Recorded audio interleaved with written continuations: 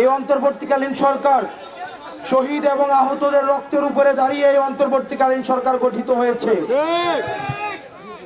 অত্যন্ত পরিতাপের বিষয়, এই অন্তর্বর্তীকালীন সরকার থেকে আমরা যে বিষয়টি প্রত্যাশা করেছিলাম সেটি হচ্ছে গণহত্যাকারী আওয়ামী লীগকে সন্ত্রাসী সংগঠন হিসেবে নিষিদ্ধ করার। তাদের দিক থেকে আমরা কোনো তৎপরতা এখনো।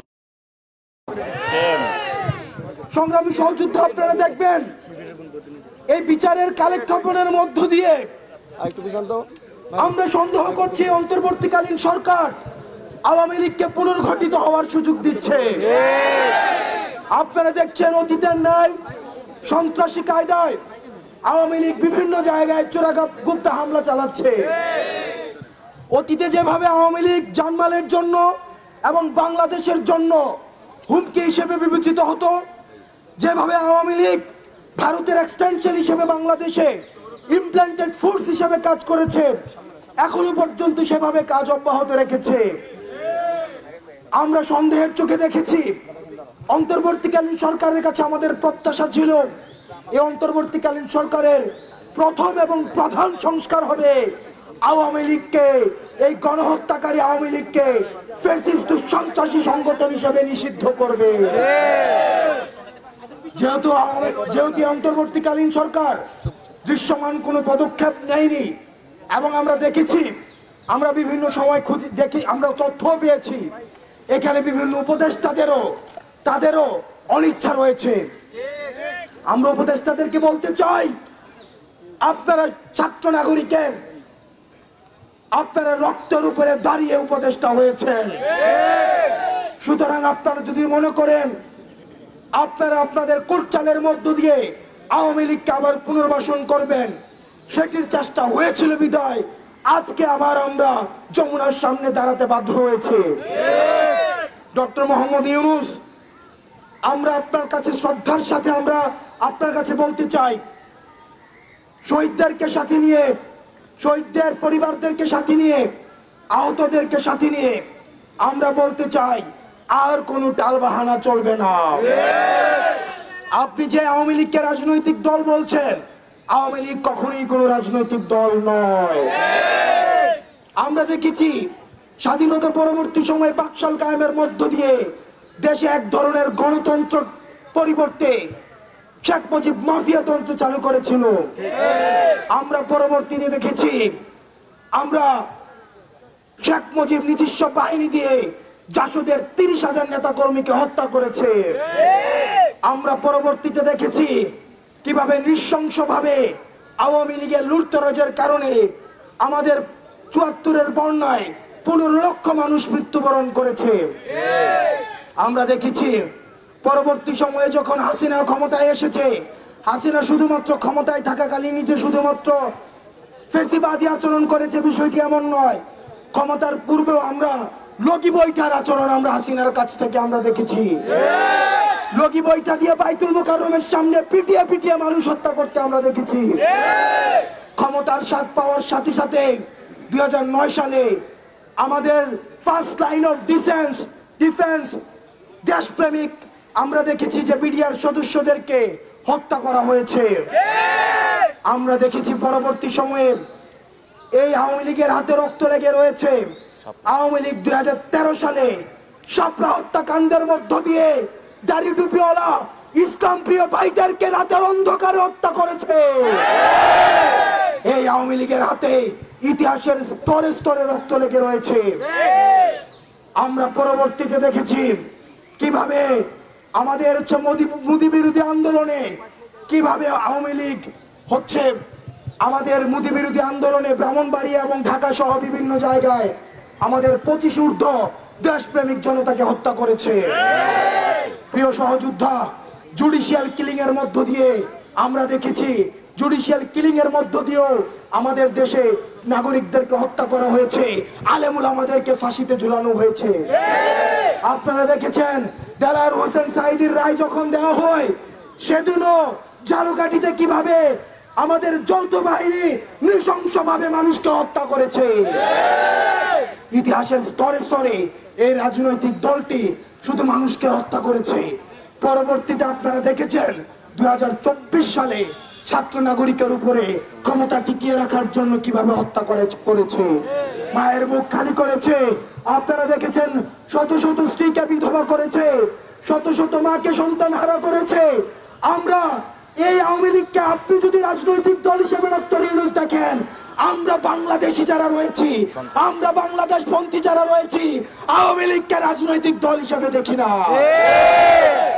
আপনি দেখেছেন এই রাজনৈতিক দল তথাকথিত আওয়ামী লীগ সন্ত্রাসপন্থী দলটি কিভাবে 3টি ইলেকশনকে, একটি ইলেকশন হয়েছে আনকন্টেস্টেড ইলেকশন, একটি ইলেকশন হয়েছে মিডনাইট ইলেকশন, পরবর্তী ইলেকশন হয়েছে আমি ভার্সেস ডামি ইলেকশন। ইলেকশনকে কিভাবে কুক্ষিগত করেছে, গণতন্ত্রকে কুক্ষিগত করেছে। এই আওয়ামী লীগকে যে রাজনৈতিক দল বলবে, আমরা তাকে বাংলাদেশ পন্থী মনে করি না।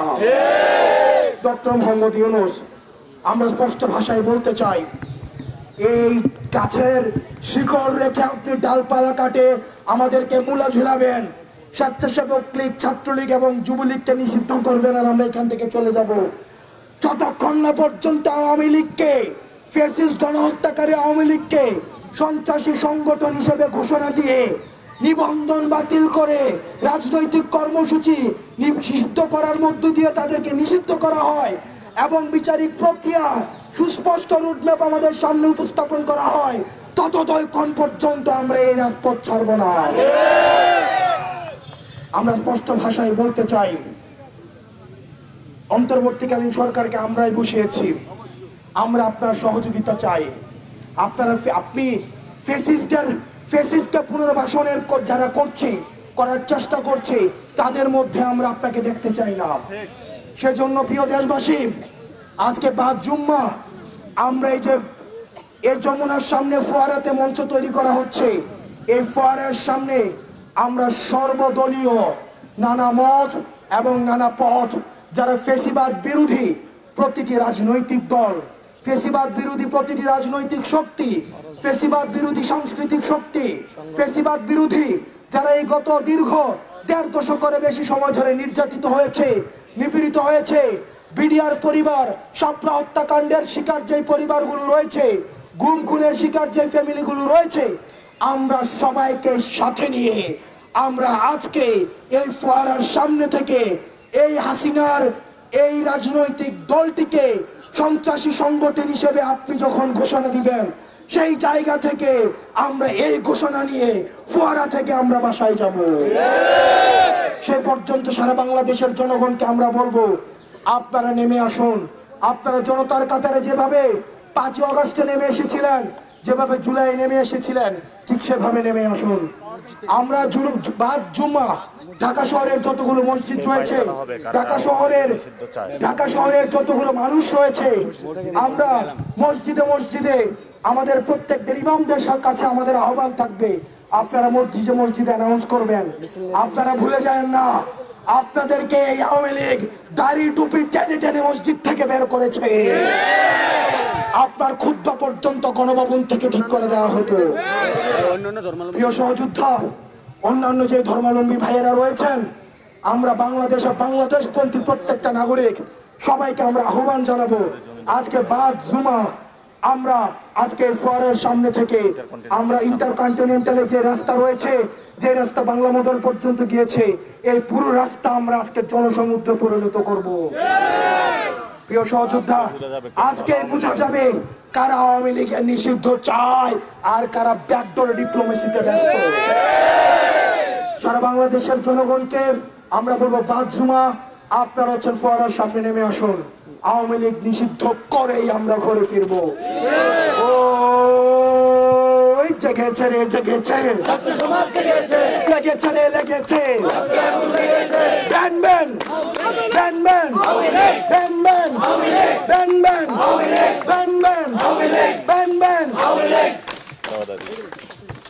সম্মানিত সাংবাদিক বৃন্দ, এই যে ইন্টারকন্টিনেন্টালের সামনে যে রাস্তাটা আছে, এই রাস্তায় আজকে জুমার পর থেকে পুরো বাংলাদেশের ছাত্র জনতা অবস্থান নেবে। আজকে আমরা জুলাইতে ফেরত যাচ্ছি।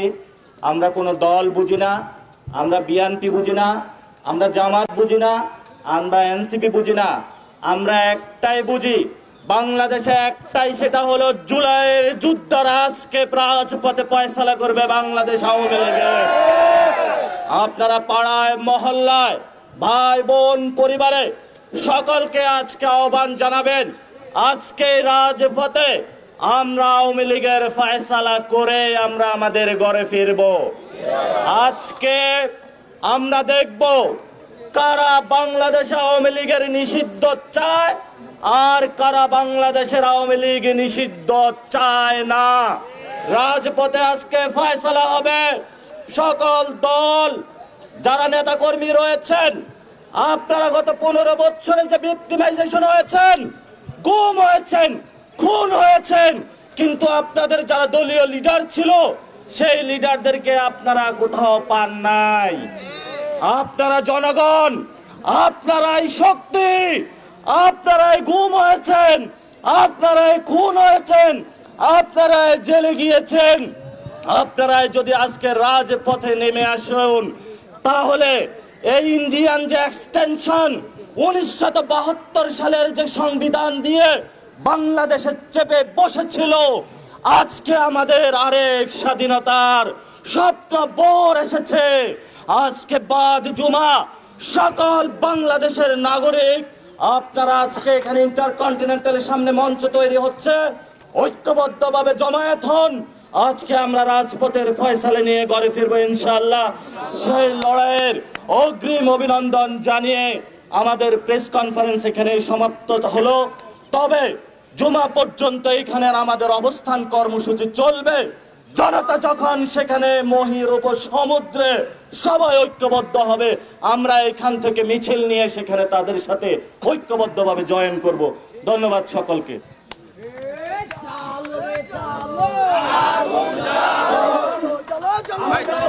চলো